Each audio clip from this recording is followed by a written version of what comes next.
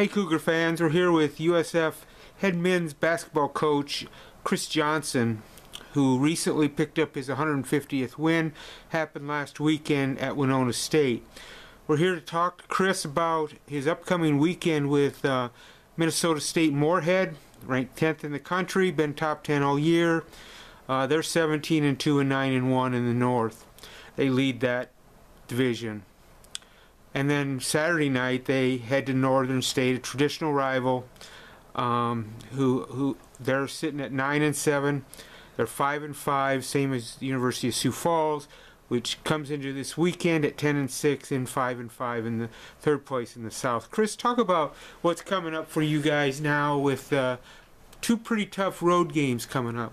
Yeah, it's a tough trip. I mean, that's two really good programs that are perennially good.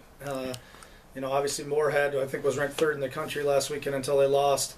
They're 17-2, like you said, and just really talented. Probably have one of the top two big kids in the league, along with Dan Jansen and Isaac Sievely, who, you know, I think on Saturday against Minot had 38, something like that. And then they have four guys always on the floor around him that can shoot it. They shoot it as good as anybody in the league, and that includes Augustana. And then Northern, real physical, tough basketball team, always has been, playing a lot better here lately. I think they've won 3 or 4 in a row in the league, and so it's always a tough road trip. You know, you got to have to be on your A game to have a chance to be successful. But you know, that's what this league is. Whether you're going there, or you're going somewhere else, or you're playing at home, they're always tough. Moorhead presents a lot of problems. Obviously, they're ranked high. I mean, they're shooting the ball exceptionally well. They really crank up the threes. I mean, they lead the league in the number of threes. They're one of 2 schools with over 400, but they also have 171 makes and shooting it, I think, about 38%. I know you have to defend that. And then on top of that, you got Isaac Sievely, who does not shoot the threes, but shoots inside. He's averaging 21.6. So you have to stop the three. And offensively, what do you think you need to get done? Well, offensively, you know, we've got to find a way to not go through these 5-6 minute lulls that we have a tendency to do. You know, we've played some pretty good basketball. We've been a little inconsistent on the offensive end, and some of that's our doing. You know, if you look at the games we've won, we've taken care of the basketball pretty well. Look at the games we've lost, and we haven't. You know, we'll have to make some shots and all that kind of stuff that goes along with it. But the biggest thing is just making them defend. You know, using whatever we need to do, whatever scheme, whatever offense. You know, we got 2 or 3 different things we do. Find one that's working, but be willing to share the ball and make them guard, because they're so good offensively. You got to find a way to take their legs somehow, a little bit, and you got to make them work on that end. And then, like you said, defensively, we've been a pretty solid basketball team all year, but this is a huge challenge because they got like you said, a post player leading the league in scoring, and then a bunch of guys who shoot it on top of that. So you got to be able to do a little bit of both. You also have to live with a little bit of one or the other. I'm not going to tell you which one that'll be, but hopefully that'll be a little bit more obvious when the game is over. But you know, it's a tough challenge for sure. Moorhead second. You guys are in first in scoring defense. They're second in scoring, and USF sits right around 10th. But you have averaged almost a combined 11.5 points better than a year ago. Mm-hmm. So this team has made strides, right? Yeah, we're much more talented offensively than we were last year. That also didn't take a whole lot. We struggled on that side of the ball quite well, but we've just, like I said, been inconsistent. We've had nights where we've really shot the ball well. We've had a bunch of nights where we didn't. The turnovers, our confidence has waned at times during games, and we've let that affect us. But we're doing some things we think will help get us out of it. It also doesn't just fix itself in 10, 12 games. You know, you've got it's a process, and I like where we're at in that process, but this weekend will challenge that for sure. Northern State comes in. They're obviously a team that's won 3 of the last 4. Paul Sather's done a good job with that program, and they come in as a team that also can really shoot the three. I think they're second in the league in shooting percentage from 3-point range. You guys lead the league in defending it, so that's going to be called to task this weekend, right? It will be. You know, the problem with that is we've done a good job defending the three this year, but it's caused us a whole lot of problems too because of the way we've gone about doing it, not always purposefully. And so, you know, that's the thing with them. Everybody shoots the ball in this league. You know, quite honestly, we're one of the few that doesn't shoot it at a really high level. And so That's nothing new. It'll be a decent test for us Friday night to be able to roll over a similar game plan on Saturday, because they shoot it the same way. Sky Warwick, obviously, when he walks in the gym, he's within range and he can really get it heated up. So, but they have plenty of other guys. I really like their team. They're younger, but they've been there and they've gotten to play, and they're getting better every week for sure.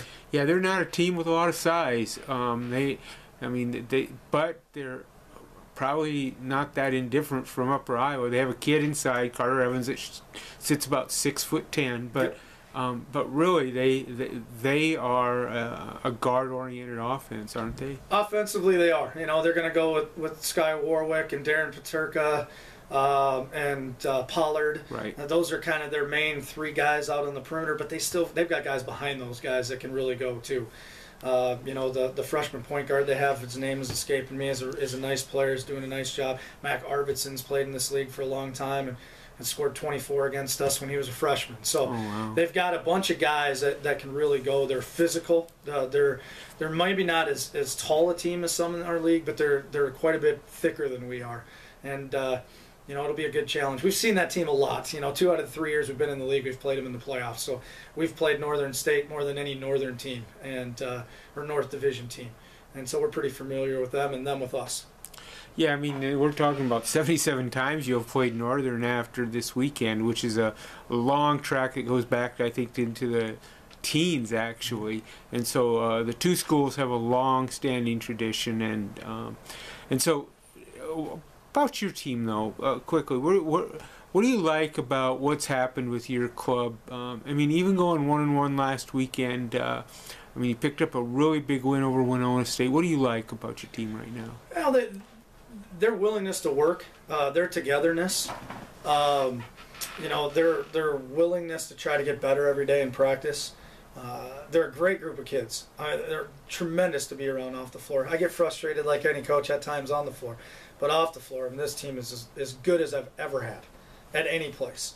You know, and that's maybe what was so frustrating about Saturday is we didn't have that work ethic, that togetherness, that's the first time it's happened all year. So I'm looking for a big bounce back with that on Friday night.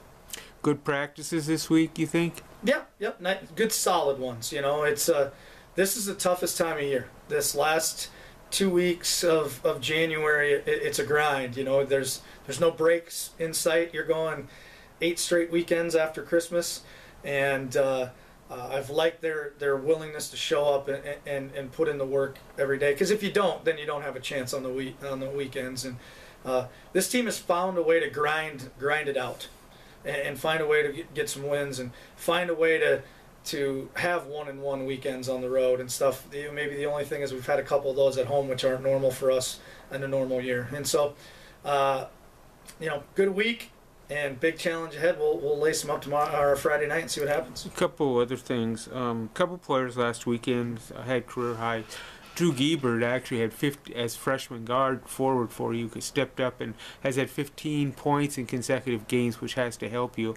And then Kibu Johnson really had maybe arguably his best game of the year against Upper Iowa, and he was able to drive and penetrate. Unfortunately, he got into some foul trouble and he left that.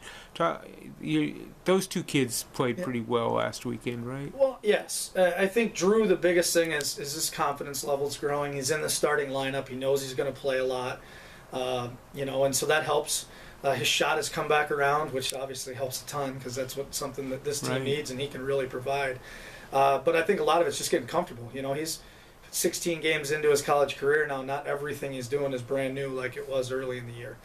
As far as Kibu goes, you know, the only game I thought he played better was our first one of the year against Emporia. He was dynamite. He had 14 points and 7 assists and only turned it over one time. Real similar stat line to Saturday against Upper Iowa, and he's starting to make people pay for how they guard him. You know, he's not a jump shooter, and so they're sagging off of him. And when they do that, if Kibu's got the right mentality of getting to the rim, at 6'4", almost 220 pounds, he's a load, and he's really starting to gain some confidence. And I've liked the way he's played all year long, to be honest with you. Yeah, he's really athletic. And then one other guy we need to mention, because he's approaching 1,000 points as a junior, 925 points for Mac Johnson. He sits.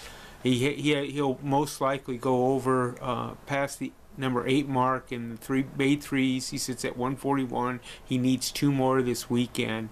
Let's hope so, huh? Yeah, well, you never can predict outside shooting. I get that, but talk about Mac and you know, getting to 1,000 points is always a milestone for an athlete, especially when you have a kid that has the ability to do it as a junior. Yeah, and that's probably the biggest thing. You know, you're going to play in 110 games to 120 games, depending on how far you go in conference tournaments, national tournaments, all of that.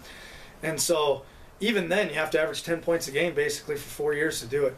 And he's going to eclipse that mark as a junior, knock on wood. And that's a big accomplishment. In this league, I mean, we've had to count on him since the day he walked on campus. You know, he started as a freshman, started as a sophomore, has really broken out this year as one of the better guards in our league. I believe that wholeheartedly. You know, and he's kind of been our rock. And anything that young man gets, he deserves because he's put the work in. All right, Chris. All we can say at this point is good luck this weekend, and we'll talk to you next week. Thanks, Sounds Chris. good. Thank you.